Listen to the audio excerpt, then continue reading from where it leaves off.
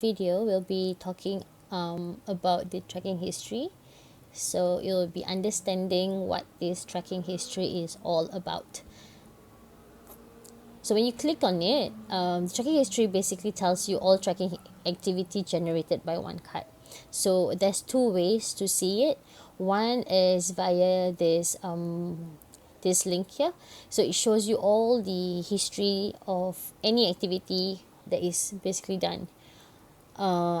Alternatively is for you to see via SKU level. So if you were to go into the view edit single SKUs, and then you click on a single SKU, when you click on this one, this purple one, view tracking history, and you click on view all, whatever view logs you see here is the same as the one here.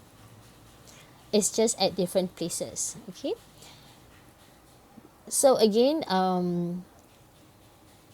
this tracking history gives you a bit of this trail audit where you are able to see what has happened and who has done what and when.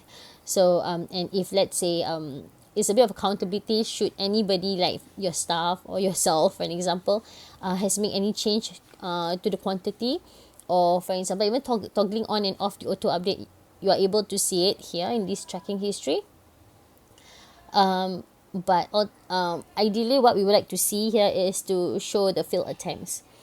So what I would recommend is once you have automate everything, once OneCart is doing all these automations, your all your tasks as you are asleep and they're managing your inventory for you, what you would like to do is when you first come into office, or when you first logged into OneCart, or make this a habit where you check this failed attempts once a while, or I mean how many times you want. It'll be great to always check in to basically just see what are the errors that has happened or has occurred when you were asleep, probably when OneCart is doing the automations for you.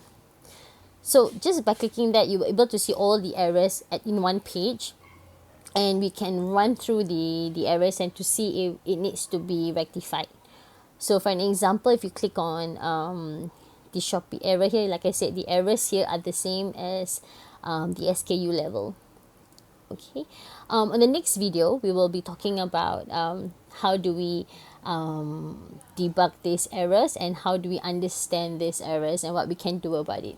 So I'll see you then. Bye bye.